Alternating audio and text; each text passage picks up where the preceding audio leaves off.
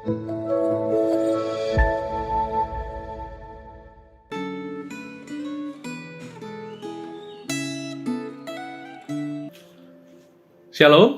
selamat pagi saudara sekalian.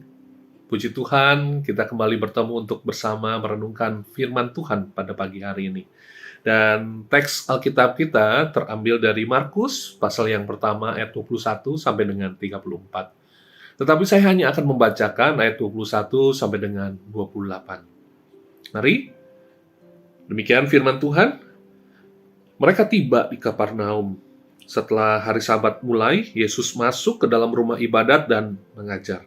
Mereka takjub mendengar pengajarannya, sebab ia mengajar mereka sebagai orang yang berkuasa, tidak seperti ahli-ahli Taurat. Pada waktu itu di dalam rumah ibadat itu, ada seorang yang kerasukan roh jahat. Orang itu berteriak, "Apa urusanmu dengan kami, hai Yesus orang Nazaret? Engkau datang hendak membinasakan kami? Aku tahu siapa engkau, yang kudus dari Allah." Tetapi Yesus menghardiknya, katanya, "Diam, keluarlah daripadanya." Dan roh jahat itu menggoncang-goncang orang itu dan sambil menjerit dengan suara nyaring, ia keluar daripadanya. Mereka semua takjub, sehingga mereka memperbincangkannya, katanya, "Apa ini? Suatu ajaran baru." Ia berkata-kata dengan kuasa, roh-roh jahat pun diperintahnya, dan mereka taat kepadanya. Lalu tersebarlah dengan cepat kabar tentang dia ke segala penjuru di seluruh Galilea. Mari kita berdoa sebelum kita merenungkan firman Tuhan. Tuhan, terima kasih. Kembali Tuhan membawa kami memasuki hari yang baru untuk kami memulainya bersama dengan Tuhan. Dan kami bersyukur selalu ada firman yang memberikan kepada kami bukan hanya kekuatan, tetapi juga arahan, pegangan untuk kami lalui hari ini di dalam pertolongan dan anugerah-Mu. Karena itu, berbicaralah ya Tuhan, dan bawa kami untuk terus bertumbuh di dalam setiap langkah hidup kami, mengiring Tuhan. Di dalam Kristus kami bersyukur, berdoa. Amin. Terus kalian, di dalam pelayanan Tuhan Yesus seringkali menggunakan banyak metode. Dan salah satu yang dilakukan Tuhan Yesus adalah ia menggunakan kesempatan ketika banyak orang beribadah pada hari Sabat, dan ia datang ke sinagog. Sinagog, atau di dalam bahasa Indonesia ditulisnya sinagoge, adalah tempat ibadah di dalam wilayah-wilayah tertentu di mana orang-orang Yahudi, memang kebanyakan pria, datang untuk bersama-sama belajar firman Tuhan. Dan memang di sinagog itu diberikan kesempatan bagi orang-orang untuk kemudian menyampaikan atau membagikan pemahamannya akan firman Tuhan. Dan Yesus gunakan kesempatan itu. Dan di kota Kapernaum itulah Yesus mulai menyatakan bahwa dia adalah pribadi yang berkuasa. Ini ditunjukkan ketika dia menyampaikan firman Tuhan yang berbeda dengan ahli-ahli Taurat yang biasanya memang membagikan kebenaran kitab suci.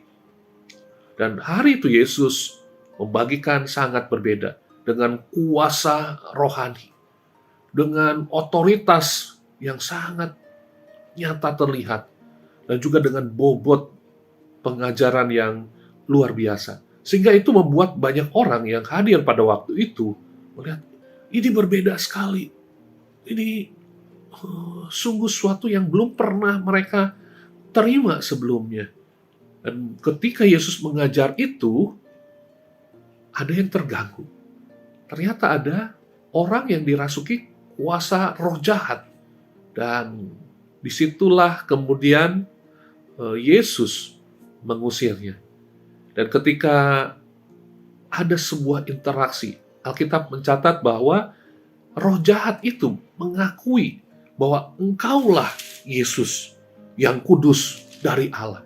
Ini sebuah pengakuan. Roh jahat mengaku ketika mendengar apa yang diajarkan Yesus dengan kuasanya, dengan otoritas rohaninya. Roh jahat itu menyadari siapa sosok yang ada di depannya. Tetapi sayangnya, orang-orang Yahudi pada waktu itu tidak menyadari. Walaupun mereka terkesima mendengar pengajaran Yesus yang tidak seperti yang biasa disampaikan oleh pemuka-pemuka agama mereka. Dan ini juga Yesus tunjukkan ketika dia datang, mampir ke rumah ibu mertua Petrus yang sedang sakit dan menyembuhkan di sana. Orang-orang terkesima bahwa pengajaran Yesus yang penuh dengan kuasa, dengan bobot yang luar biasa, dan kemudian dinyatakan juga dengan pengusiran roh jahat, penyembuhan. Sayangnya itu hanya membuat mereka kagum, tidak membawa mereka untuk mengenal siapa sosok Kristus.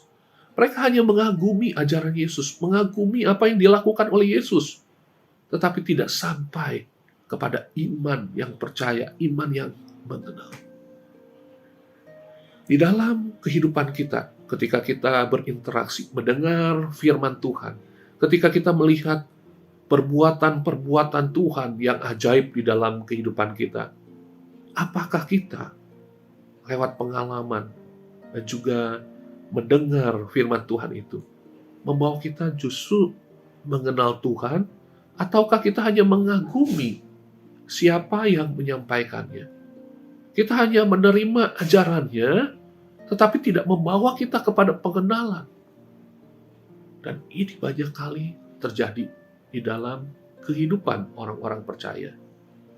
Dan lewat firman Tuhan hari ini, mari sama-sama kita memohon kepada Tuhan, agar di dalam kehidupan kita ketika firman Tuhan kita dengar, dan ketika kita melihat pengalaman-pengalaman hidup kita, menyaksikan perbuatan-perbuatan ajaib Tuhan yang mungkin kita lihat, yang mungkin kita rasakan, apakah itu membawa kita justru semakin percaya, semakin mengenal Tuhan, semakin akhirnya membuat kita menyerahkan kehidupan kita sepenuhnya di dalam penyertaan pimpinannya? Ataukah itu hanya membuat kita, oh ya, pengajarannya baik, perbuatan-perbuatan ini banyak orang juga bisa lakukan.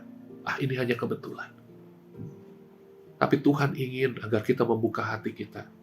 Tuhan ingin agar apa yang kita alami, apa yang kita saksikan, itu semua membawa kita melihat otoritas daripada Tuhan.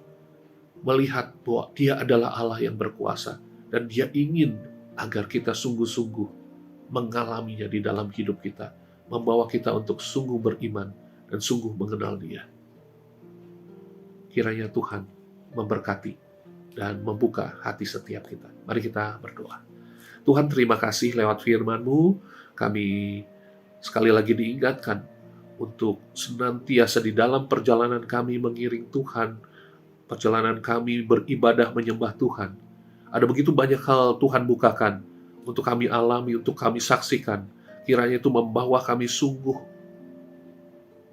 mengenal Tuhan lebih dalam, membawa kami bertumbuh, bukan hanya membawa kami mengetahui lewat menjadi sebuah pemahaman-pemahaman yang menambah pengetahuan kami, tetapi kami sungguh ingin agar pengalaman itu membawa kami sungguh semakin tekun di dalam iman kami bersama dengan Tuhan, semakin mengenal Kristus yang adalah Tuhan, Juru Selamat kami, sahabat kami. Inilah doa kami ya Tuhan. Kami serahkan hidup kami ke dalam tangan-Mu. Pimpin setiap kami. Dalam Kristus kami bersyukur, kami berdoa. Amin. Tuhan memberkati kita sekalian.